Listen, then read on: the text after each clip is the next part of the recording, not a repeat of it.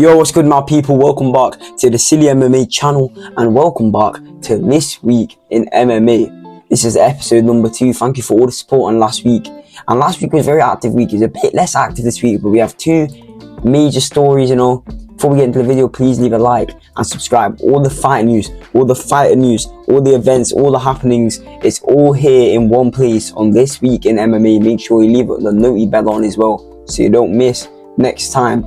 Anyway, on to the first segment.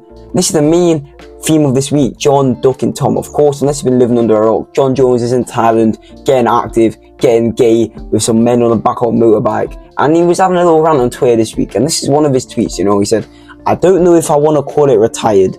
I feel like I'll always have an ability to pop out and show him I've had many breaks, blah, blah, blah, blah. So he's waffling. He's making bare excuses for why he's ducking Tom Aspinall. He's also here, as we go here, we say, I told the UFC my plans a long time ago. I have no clue why they haven't shared them with you guys yet. I'm going to read them out now. I'm going to go over them in a bit. Stripped law. Stripped law? Do I come across as the type of person who cares about things like that? And then we also have him being disrespectful to Aspinall, even though Aspinall is the asshole. Bro really wasted Thomas Prime like that. No respect at all. Crime on. I've been inactive for nearly a year, and I'm just being told to wait. I don't care about fighting Jon Jones.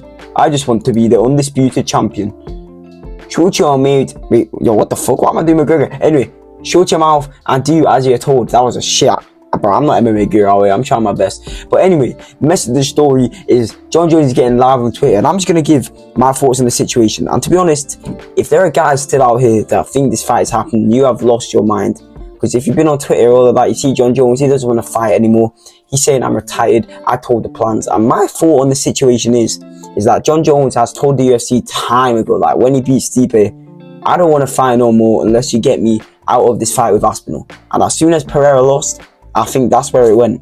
And I think Jon said, that's it, I'm done. But I think the UFC are trying to keep him. I think the UFC are like, oh, I can't get rid of this money. I need the money. And the money that will come for that fight is crazy. And that's what Dana White wants. I don't think Jon Jones, I know Jon Jones doesn't want this fight. Aspinall wants the belt. He also has the fight as well. But Dana White is trying to put the pressure on Jon Jones. He's not giving up. Even though Jon said, nah, I'm done. I believe the situation is that he's staying relentless on Jon Jones and wanting it. But mate, Jon Jones is the biggest dick. How is this guy saying he's not a duck? He said, how can I be a duck if I'm living my best life? It doesn't matter if you're living your best life or living in a fucking shed in the back of your mum's marge, bro. You're ducking Tom Aspinall, and that's what it is. Alright? Get over it, man. You're such a pussy. This is the goat of our sport, man. This is the legacy that he's gonna bring upon him. When you say who's the greatest of all time, yeah, it's the guy that couldn't even fight his interim champ. Mate, honestly, it's embarrassing.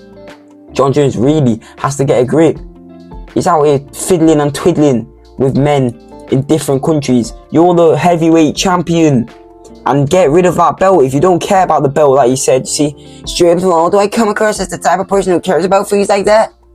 Okay, if you don't, then even just vacate it. Or Dane, what is UFC doing? Just strip him. It's so annoying. He's not gonna fight. He has no intent. He's rage baiting little kids online. This is what a grown man does with his free time. This and fucking gay sex, mate. He's such a bum, honestly. How is this man a heavyweight champ? He's done nothing. Tom has the same amount of defenses. Get him to fight or get him gone. We don't care about him. It's not even like a big... it's not like we have to keep him as a champ. No one cares about Jon Jones anymore. It's not 2020. I say to it, bro, it's not that era anymore. No one cares. He's just another guy, man. We care about Topuria, Islam, JDM. We care about these guys more. Right? We don't want to see Jones fight. We want to see Aspinall be the champ. And that's all there is to this situation, man. Fuck's sake. Anyway, Rodriguez versus Evloev. This is, oh my god, this is pissing me off. Basically, Evloev came out on a random Wednesday or Thursday night, I think it was. It says, if you are a UFC fighter and believe you are the best in the world, then you have fight every fight different. You Norris Knorri Award. See you guys in July. It's on #AbuDhabi. Hey, Alex Volkanovski. Thank you, champ, for trying to fight me. I will fight in July and you fight in September. Hopefully we both win and we can meet in December. I told the UFC I will fight anyone they want, and inshallah after I win I cannot be nice. Why is he not getting the show? Why is he not getting the show? He's beat 3 guys in the top 10. Rodriguez lost to Brian Ortega and Volk. He got whipped by Volk, yeah? And he got a win over Patricio Pitbull Grandpa, who's number one in the UFC, making his debut, and he gets a shot. And everyone has to fight Pico. And what's your logic? Oh, but it's in Mexico though. I don't care. The UFC are trying to force a Mexican champ. And the annoying thing all around it is, you're like, oh, I'm in Mexico, I have to get a Mexican thing. And the annoying thing about it is, Rodriguez could be Volk, but he doesn't deserve it. He doesn't deserve the shot. This sport is the best fight the best. I don't care if Evloev doesn't get pay-per-view buys. I think you might care, Dino. But us fans, we want to see the best fight the best. And apparently that's what you want as well, but not anymore. Why is Rodriguez getting the shot? He's beating no one. This guy talked his way. We were laughing at him for being delusional. And it's actually worked. And Evloev has to fight a debutant. It's unbelievable. It's crazy. If you don't have Mexican guys, don't go Mexico. Alright? They don't, I mean, yeah, not to UFC and all that. Just put Volk versus that. Just put a normal fight on it. We don't care if it's a Mexican champ. Them Mexican people might care, but that's 10%. Us majority. We want to see the right fights being made. I think, in my opinion, this is a hot take, I think Carlos Praches beats JDM. It doesn't mean that you give Carlos Praches a title shot. He hasn't earned it. Same logic here. Rodriguez could catch Volk. That's old man Volk. It doesn't matter. He doesn't deserve the shot. And I hate this for Volk as well, man. He was calling out Evloev in that build-up to UFC 314. He doesn't want Rodriguez again. He's already beat him. He doesn't want that again. It makes no sense, man. And Evloev's been done dirty, bro. Evloev's being done dirty here. And fuck yeah, Rodriguez. Anyway, they're the two main topics done. I'm sorry. Got a bit carried away there. Anyway, Belal Muhammad eyes Akamaya Usman. Return, of course. Belal Muhammad recently lost his belt at UFC 315. He got schooled by JDM. Well, no, I say schooled. He didn't get schooled. But I'm gonna tell you what he said. He said, I'm gonna be the guy that gets the belt again. I'm one fight away from winning the belt. I feel like it might be Kamaru Usman next if he gets past Buckley. For me, the dream month would be October, but not all the way in Abu Dhabi. First of all, bro, you got beat the fuck up, bro. You got hurt. October, man. That's pretty soon, but fair enough. And why would you not want to fight in Abu Dhabi, bro? What, even your own fan base, they don't like you? Crazy work. But yeah, I don't think this fight is happening. I think Buckley whips Usman, but Usman's good, but I just think skill for skill is better than Buckley, but age matters, man. But yeah, that's Belal Muhammad in return. And Merab, once again, the little idiot, is flexing injuries. He always does this, and he says, it's okay, I'm going to cut it off. You have to be man first. He's going to cut it off, basically. Yeah, cheers to that, Merab. And then Topuria To 170. This guy, respect, bro. Everyone's saying he's ducking Evloev and Lupus and all them. Bro, he is chasing the number one pound for pound guy, bro. You have to give your respect, man. Anyone that's saying Topuria is a ducking, oh man. Bro, he's willing to move up to 170, you know? This is what he said. His brother, this is what he said. The perfect scenario would be for Ilya to win and Islam to win at welterweight against JDM. And then for Ilya to fight for a third belt. I wouldn't do this from Ilya. I think he becomes just your average Johnny at welterweight. You know what I mean? But he could translate decently like McGregor did. Even though he got whipped at welterweight. But you know what I mean? That's that. And staying on the topic of Ilya Topuria, Oliveira eyes a KO win. We love you, the Bronx, bro. Everybody loves you here. You are not knocking this brother out. I'm sorry, bro. Topuria smokes you. He says, it's a great fight. He's a great fighter, but I don't need to prove anything to anyone about who I am. This fight came at a huge opportunity. I will knock out this guy. That's for real. Who you feeling? Who you fooling, bro? Who you fooling? If you need to tell this to yourself to get you ready for the fight, that's first. Don't put this shit on the internet, bro. Because when you get laid out cold by Topuria with some body shots, he's going to bring out that quitter in you, bro. And I love you, Shaz the Bronx, bro. I love you. He's going to bring back that guy that collapsed in front of Max Holloway, bro. He's going to bring that out. And also the final thing, actually no, it's not the final thing, but this is Topuria related. He changed his coach. Him and his brother, Alexander Topuria, have changed coach. They go from the Clinton brothers to some other guys. I don't know if this is important at all, but you say they live in different cities, and you know they want to go back to Madrid, and that's how they change coach.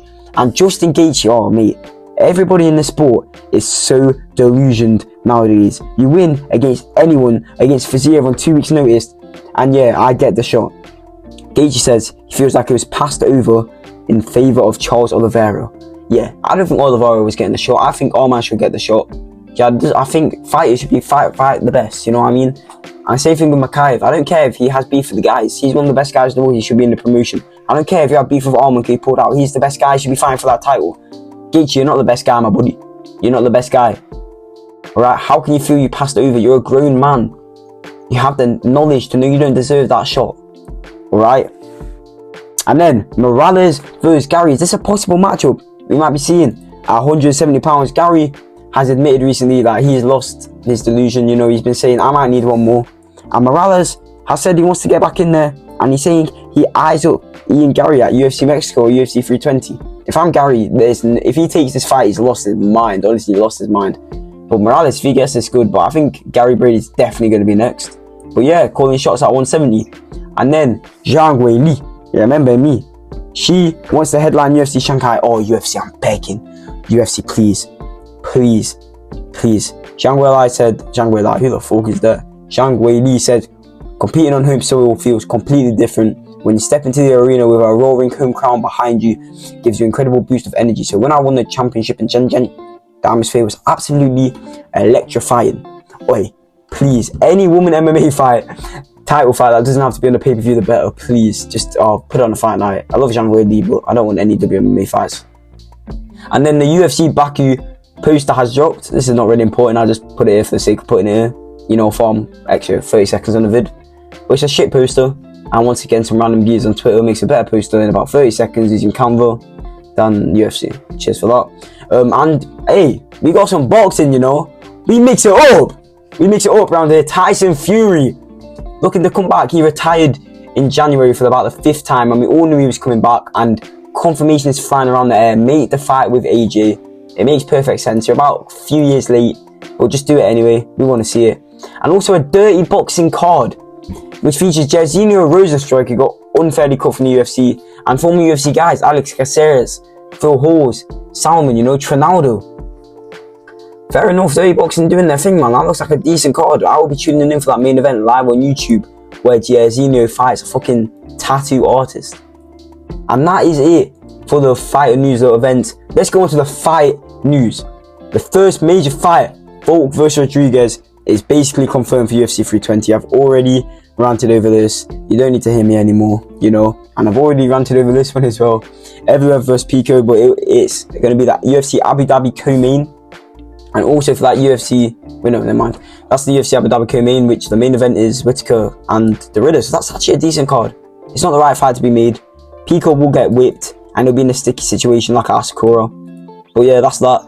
Then UFC Shanghai. This was reportedly the main event, but that was before Zhang Weili called her shots and wanted to main event it. So it could get moved down to a co-main or something of sorts. But Johnny Walker and Zhang Weili, yo, Johnny Walker, bro, what have you done to Mr. Dana White, McMahon, and Hunter Campbell, bro? What have you done? You got a big Chinese dent head in front of you. You're getting whipped. Possible 5-rounder, but it's going to be a 1-round, whatever it is. And also for that UFC Shanghai card, Song Yadong returns against Rob Font. Rob Font just lost to Gene Matsumoto. He got a robbery victory. Why is he fighting Song Yadong? Yadong should fight up, man. He looked great against Cejudo. This was apparently the co-main, but if they put a Zhang Weili fight, everything will get moved down. That's a good free fight top card, features fight co-main main, Zhang Weili versus Jan Daroba, Walker versus Sang, Yadong versus Font. I'll take that at UFC Shanghai.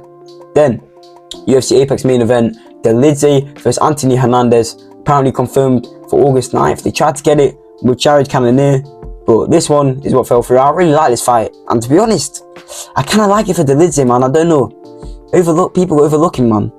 But anyway, other fights, we have Eisman Lucindo versus fucking Angela Hill. Yay, let's go. We have, bro, who are these people on my screen? I put these here.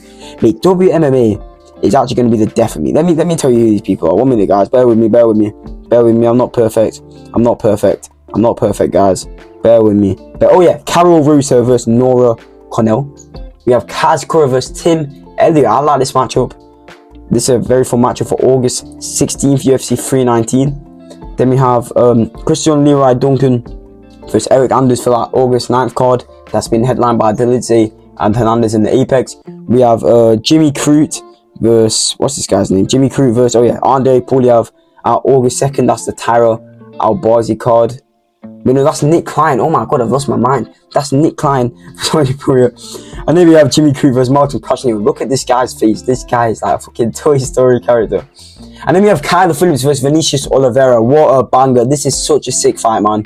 I love this for Vinicius Oliveira. I'll be so real. You know, that this will be a start. This is the type of fights we need being made, man. These are the type of fights that keep us interested. You know, then we also have that fight being made. If you can tell me who they are in the comments, or like I'll subscribe to you or some shit. Max Griffin versus Chris Curtis. That's a nice fight. I like that. Decent boxing. Could go around the game. We've got Paul Craig versus Rodolfo Beato. Rescheduled for UFC Atlanta, which is lining up to be a nice card. Then we have Andreas Gustafsson, who's been looking to make his debut for ages. He's had 2 fights cancelled now. He's meant to fight on that Dern vs Ribas card at the start of the year, but he's fighting Trevin Giles, who's actually a decent opponent for your debut at May 31st. You know, we have Phil Rao versus Andrea Luce at UFC Atlanta. I'm not surprised they put this one on UFC Atlanta. That's all I'm saying. And here we go. Oh, yes! Mitabek Orabai takes on Tafik Mozaev, some random guy off the regional scene. I don't know who that is, to be honest, the Mozaev guy, but yeah, that's that. And then, oh, what a banger. Rong Zhu versus Trudeau. But if you know, you know. If you know, you know. And at Gathje, the boy takes on Robert Valentin, who just got victimized against fucking Torres Finney. Yeah, Valentin's getting murdered here. Gathje is literally the 185 and gone. And the moment of the week. I'm not even gonna say anything. I'm gonna do the outro now. Thank you for watching the video. Please leave a like and subscribe. All the good stuff. Tell me if you enjoyed this one. I'll see you next week. Shout out, SillyMMA. And now I'm gonna show you the moment of the week.